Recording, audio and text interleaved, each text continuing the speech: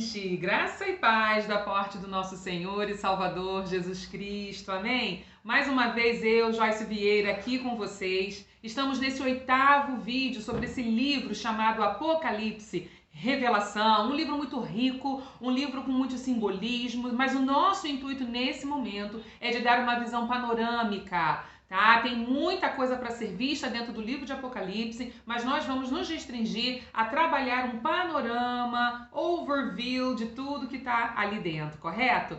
Lembrando que se você é novo por aqui, lembre-se de se inscrever no nosso canal, ativa o sininho para receber as notificações, dá uma curtida aí no nosso vídeo e principalmente compartilhe, vamos levar juntos a mensagem de Deus para muitos. A partir do 4º capítulo, então, temos a revelação, que é ao mesmo tempo uma advertência, mas também um encorajamento. E a sequência de fatos que se seguem a partir do capítulo 4 nos assegura que o bem triunfará sobre o mal, nos dá esperança em meio a dias trabalhosos que nós estamos vivendo, né? E sempre quando eu falo de esperança, eu lembro daquele hino lindo, nossa esperança é a sua vinda, o Rei dos Reis vem nos buscar. E essa é a esperança que temos, mas também nós temos orientação a partir desses versos para que não sejamos enganados por falsos profetas. Então, a partir do capítulo 4 e até o capítulo 22, que é o último capítulo do livro de Apocalipse,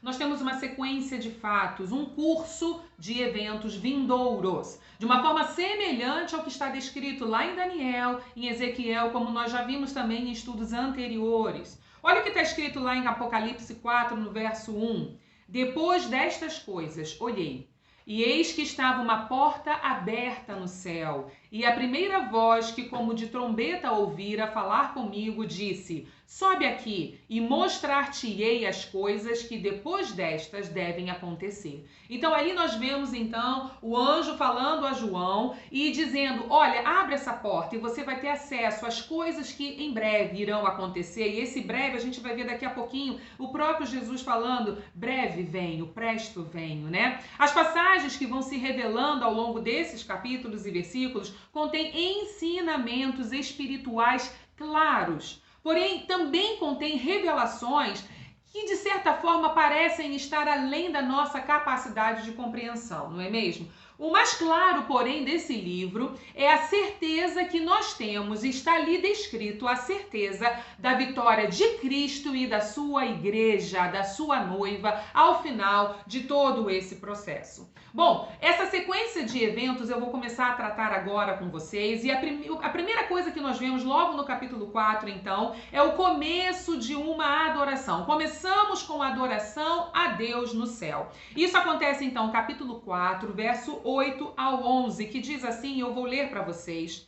E os 4 animais tinham cada um per si 6 asas, e ao redor e por dentro estavam cheios de olhos, e não descansam nem de dia nem de noite, dizendo: Santo, Santo, Santo é o Senhor Deus, o Todo-Poderoso, que era, que é e que há de vir. Eu acho muito interessante quando a Bíblia trata a santidade do Senhor, meio que elevando isso a uma terceira potência. Se você reparar na Bíblia, não há outro adjetivo que é repetido 3 vezes, mas a santidade do Senhor tem essa característica: o nosso Deus é santo, e por isso ele não tem como habitar em coisas profanas, em meio a coisas profanas. Seguindo então o texto diz: e quando os animais davam glória e honra e ações de graças ao que estava sentado sobre o trono, ao que vive para todo sempre.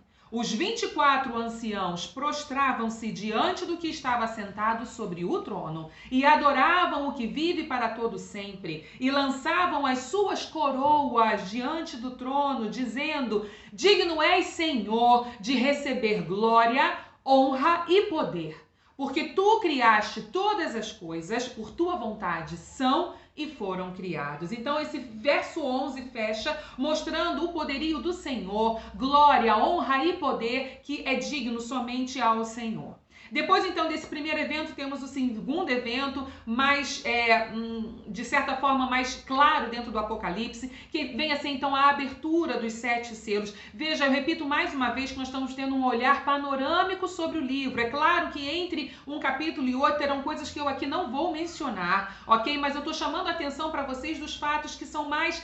que gritam mais alto ali dentro do livro, tá certo? E esse, então, a abertura dos 7 selos, está lá no capítulo 5. E do verso 1 ao 5 eu vou ler para vocês e diz assim: E vi na destra do que estava sentado sobre o trono um livro escrito por dentro e por fora, selado com 7 selos.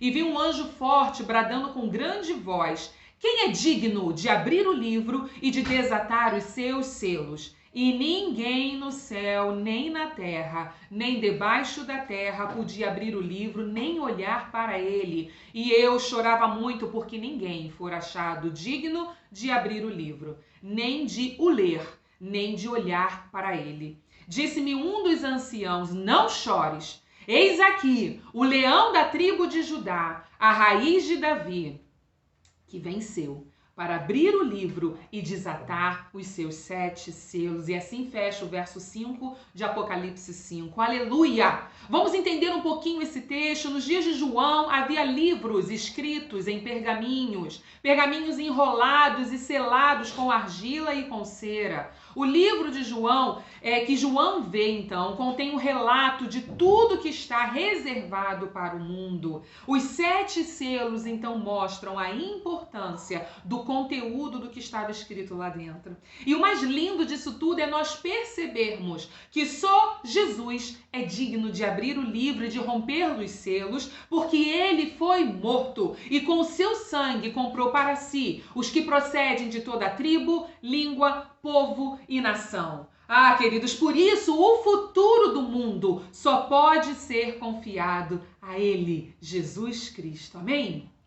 Então, nessa sequência de eventos maravilhosos do livro de Apocalipse, vamos para o capítulo 7, versos 2 e 3, onde mostra que o povo de Deus será preservado.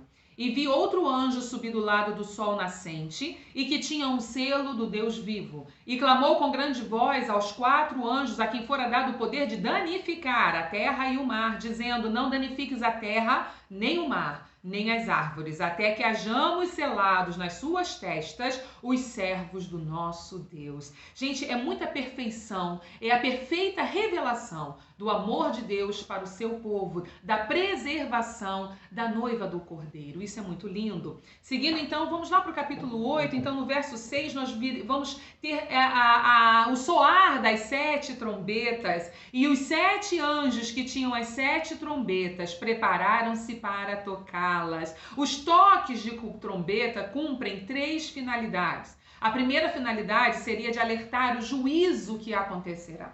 Segundo, nós temos que chamar as forças do bem e do mal para a batalha. Haverá uma batalha. E em terceiro ponto, anuncia o regresso do rei, o Messias. Glória a Deus. Nessa sequência, então, vamos dar um pulo, vamos lá para o capítulo 12 e nós vamos observar, então, este grande conflito acontecendo. E nessa observação do grande conflito, nós temos várias cenas. Uma delas fala de uma mulher, da mulher grávida e com dores de parto. Essa mulher, então, é a igreja do Senhor.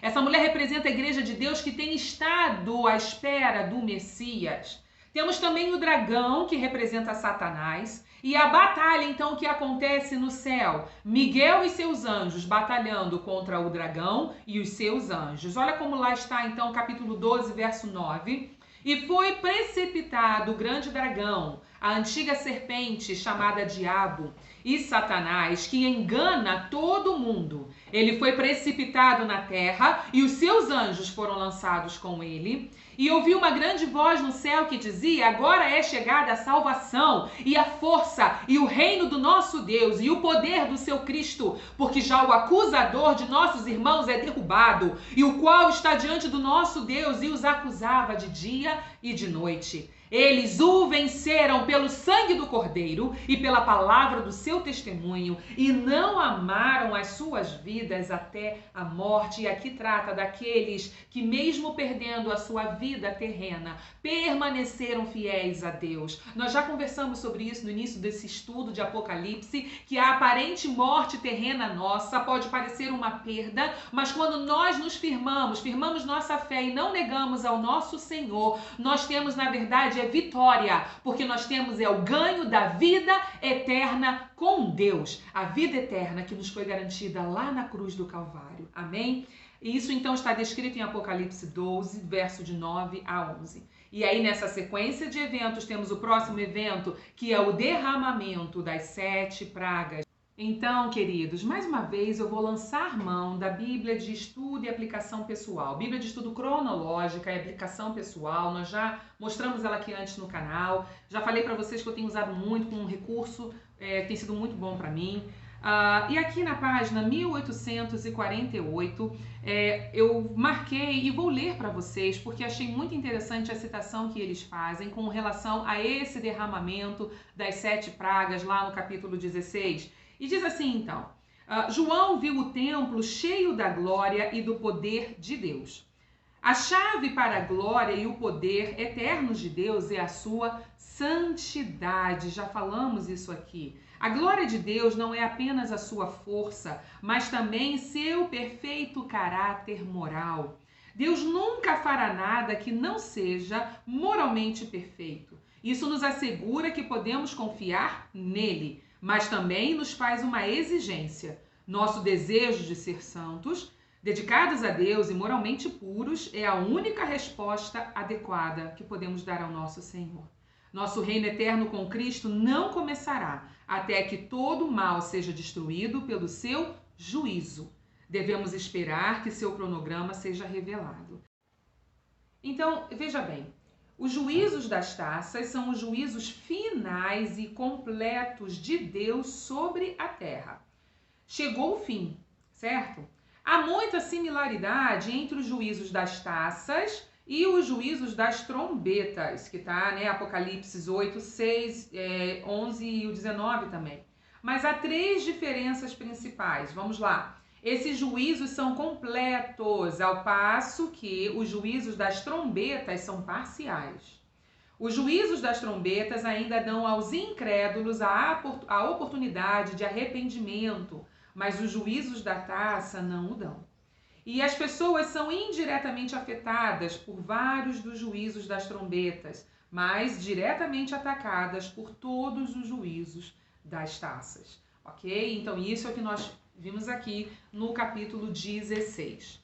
Seguindo então para o capítulo 18, versos 1 e 2 diz assim: E depois dessas coisas vi descer do céu outro anjo que tinha grande poder. A terra foi iluminada com a sua glória e clamou fortemente com grande voz, dizendo: Caiu a grande Babilônia. Então nós vemos aqui o outro evento que acontece, que é a queda da grande Babilônia. Começamos a ver a destruição total da grande Babilônia. Esse nome é uma metáfora usada por João para ilustrar o poder do maligno no mundo e de tudo que envolve esse sistema. Entendemos aqui que tudo que se levanta contra Deus chegará a um fim. Amém?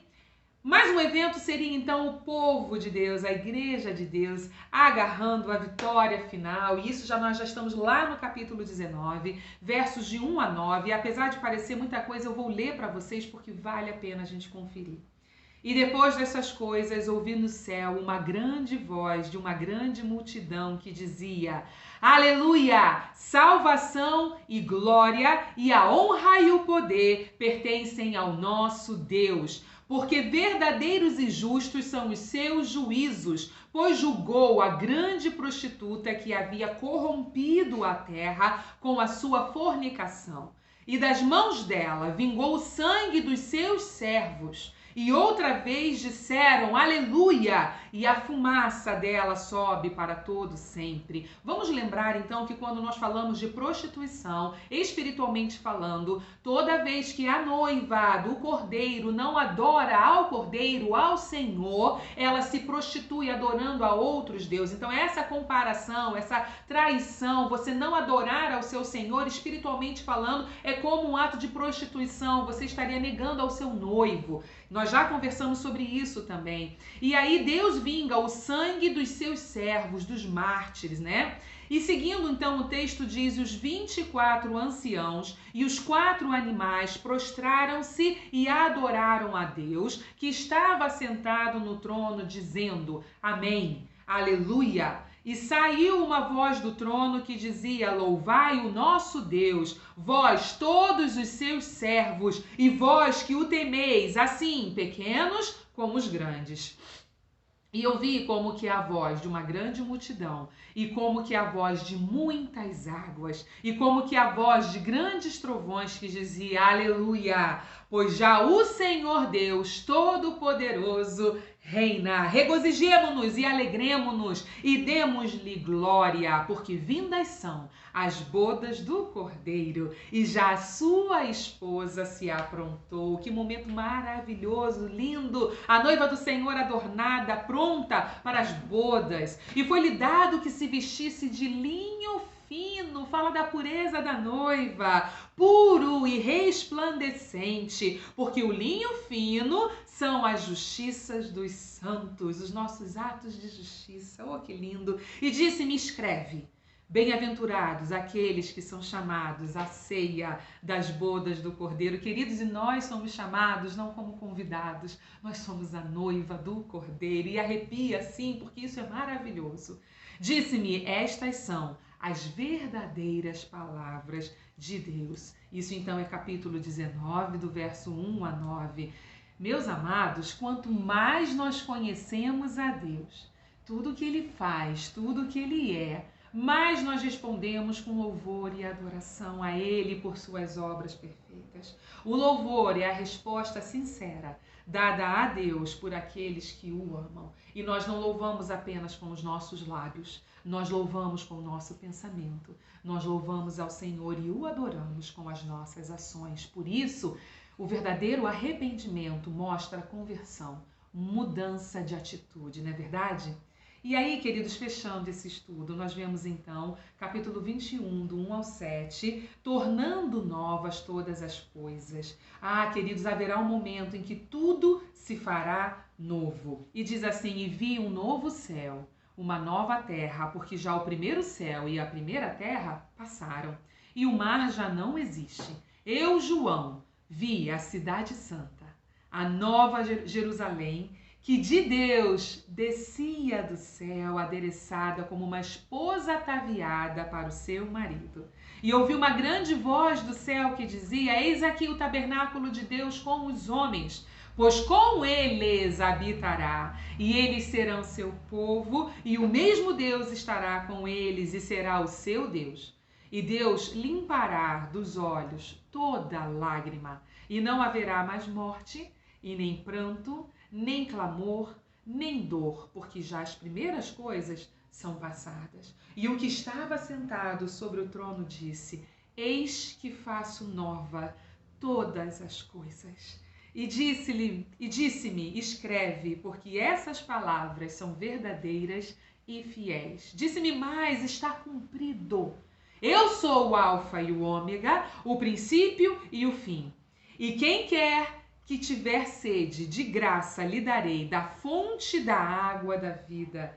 Quem vencer, herdará todas as coisas, e eu serei seu Deus, e ele será o meu filho. Apocalipse 21, de 1 a 7. Queridos, é uma visão muito linda de um futuro maravilhoso que o Senhor nos promete. Como eu falei no início do estudo de Apocalipse, nós não devemos temer a leitura do livro de Apocalipse, porque ela é a certeza da vitória, do cumprimento da promessa do nosso Senhor. Gênesis começa mostrando como o pecado entrou no mundo e Apocalipse mostra como esse pecado será extirpado do meio da igreja do Senhor e nós reinaremos com ele em glória. O último dos eventos, então, então é: Jesus em breve vem. O nosso Senhor prometeu e vai voltar, pois Ele é fiel para cumprir aquilo que Ele prometeu. Apocalipse 22, verso 7 diz: eis que presto venho. Bem-aventurado aquele que guarda as palavras da profecia desse livro. E o Espírito e a noiva dizem: vem. Você é a noiva de Cristo? Fala comigo agora. Vem. E quem ouve, diga: vem. E quem tem sede, venha. E quem quiser, tome de graça da água da vida. Está lá em Apocalipse 22, versos 17. Aquele que testifica essas coisas diz em Apocalipse 22, verso 20. Certamente, cedo venho. Amém. Maranata, ora vem, Senhor Jesus. Aleluias. Eu encerro então o estudo panorâmico do livro de Apocalipse, dizendo para vocês repetirem comigo: Maranata, ora vem, Senhor Jesus, porque o nosso coração anseia a volta do nosso Senhor, porque isso sim tá na Bíblia. Mas eu não encerro aqui. Eu vou deixar para vocês um pequeno bônus. Ao final da minha fala vai entrar um pequeno vídeo com dois amados meus, meu pai e minha mãe, cantando um louvor que foi inspirado por Deus no livro de Apocalipse. Digno és de tomar o livro e de abrir os selos, porque foste morto e com teu sangue comprastes para Deus os que procedem de toda tribo, língua, povo e nação. E para o nosso Deus os constituístes reis e sacerdotes que reinarão sobre a terra, junto a ti, Cordeiro de Deus. Digno é o Cordeiro que foi morto de receber poder e riqueza, sabedoria, força e honra, glória e louvor. Aleluia! Glória e louvor. Glória a Deus. Glória a Deus.